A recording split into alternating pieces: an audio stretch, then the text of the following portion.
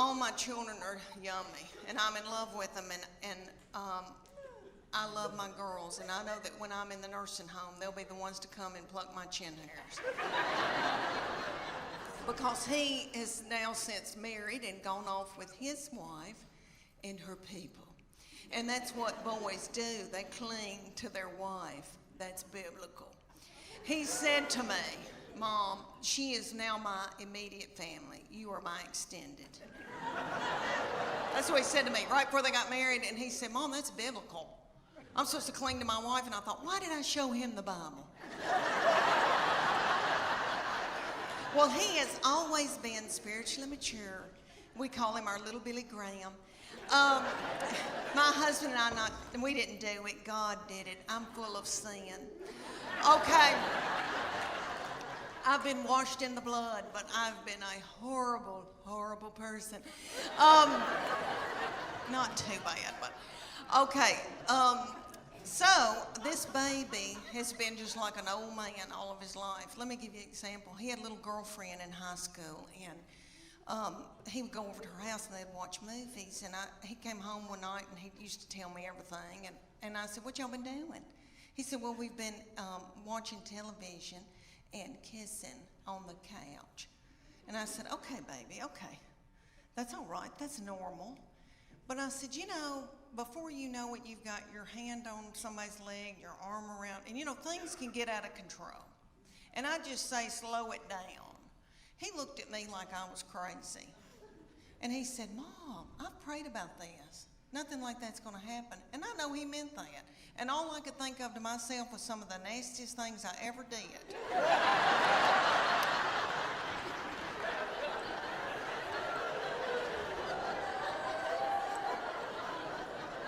Was at the Adams United Methodist Youth Fellowship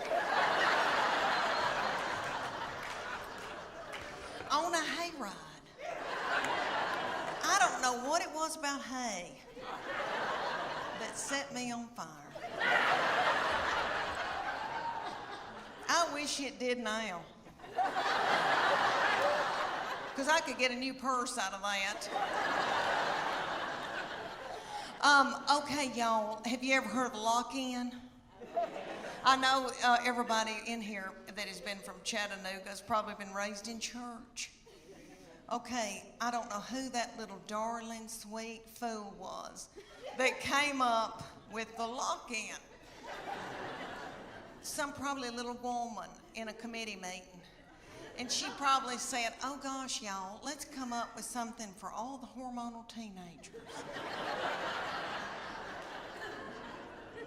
Let's gather them up and put them in the church building and lock the door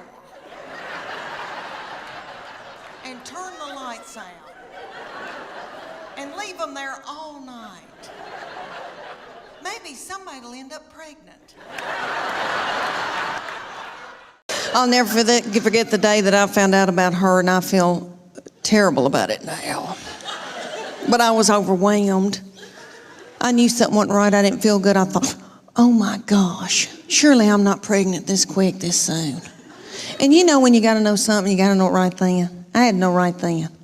I grabbed up my 2 babies and diaper bag and all that stuff you take with you everywhere you go, and I went to the Walmart in the foothills of the Appalachian Mountains. And I bought an EPT pregnancy test, and I took it in the stall at Walmart. And I tinkled on it. And my 3-year-old boy looked at me. He said, what, is it positive?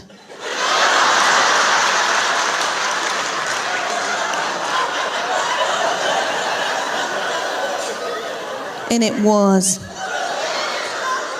So I drove home just as fast as I could. And I called my husband at work. And I said, you're trying to kill me, aren't you? With a slow vaginal death. Is that what you're trying to? Well, you're not going to. You better get home right now, because I'm going to walk out in the woods and let the animals eat me.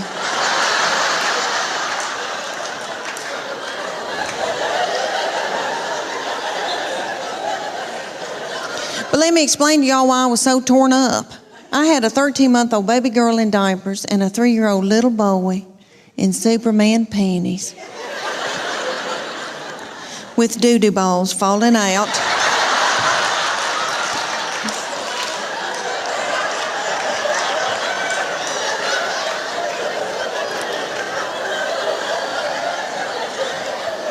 At the grocery store. I thought, oh my Lord, did anybody see that? I don't have anything in my purse to pick it up with. Is some little child gonna think it's a milk dud?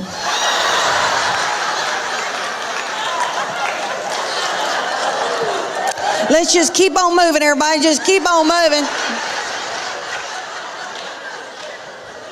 But God knew better than I did because she's been a doll baby, but she's ruined. And I know I'm the one who did it. I was tired and beat down. So, anybody here who has more than two, you know, good night by that third and fourth one, you got to let them do what they got to do, you know. She still cries over anything. She cries because she knows she gets her way. I said, what's she crying about? She wants your toy? Well, just give it to her. I can't deal with it. All right, did y'all have a good Easter? Yay! All right, let me tell y'all, I had everybody at my house and I was exhausted. And I thought, I don't know if I want to be, I'm the person now because everybody else has gotten too old. And so they said, it's on you now. And so, I like to cook and all that, but it's a lot getting ready and all that ice in the glasses and all that. And my little mother-in-law, Gail, who is darling, who loves to cook, we were talking about our menu. And I said, this was a couple of weeks ago, and I said, let's do a tenderloin. And then we talked about deviled eggs, you know, all that. And Tess, my baby, said, we need to get a ham, maybe a spiraled ham. And Gail went, she goes, this is just my opinion. And we thought, what is she about to talk about? P. Diddy? We were like, what's she gonna say?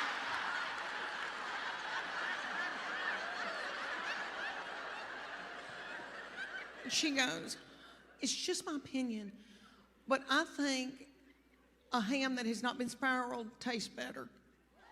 She goes, that's just my opinion. She goes, that's just my opinion. We were like, it's okay, Gail, you can tell us that. The reason why I'm so in love with him, he's an old soul. Have y'all ever known anybody that was just born an old soul? He was born an 80-year-old man. All right, let me tell y'all why I say that. He has had a garden since he was in middle school.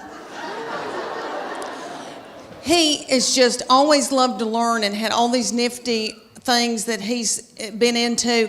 Like he raised chickens. He was in Berry College. They have enterprises, business enterprises, and he started the cage-free egg enterprise. He raised 200 chickens while he was in college. Do y'all want to know what I was doing at the University of Tennessee in the 80s? I mean, let's just get it out of the way. Have I made out with anybody in here? Anybody?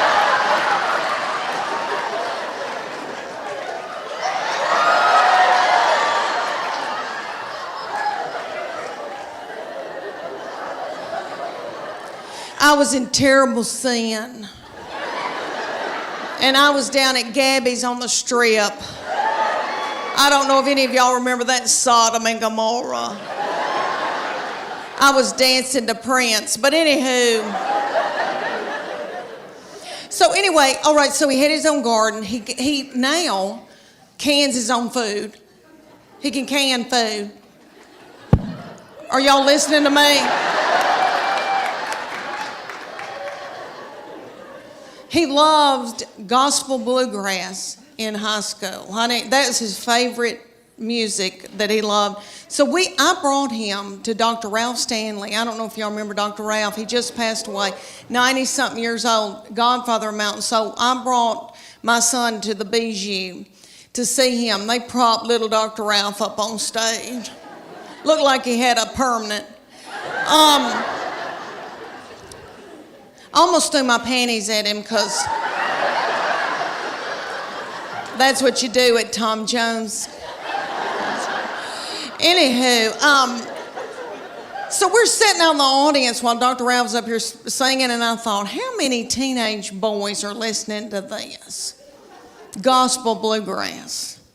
What are they listening to, real teenage? You know, all right, Waka Flocka Flame. Rihanna, Lady Gaga, all that nasty goings on. I thought, wouldn't it be funny if I had to yell at my boy, turn that gospel bluegrass down?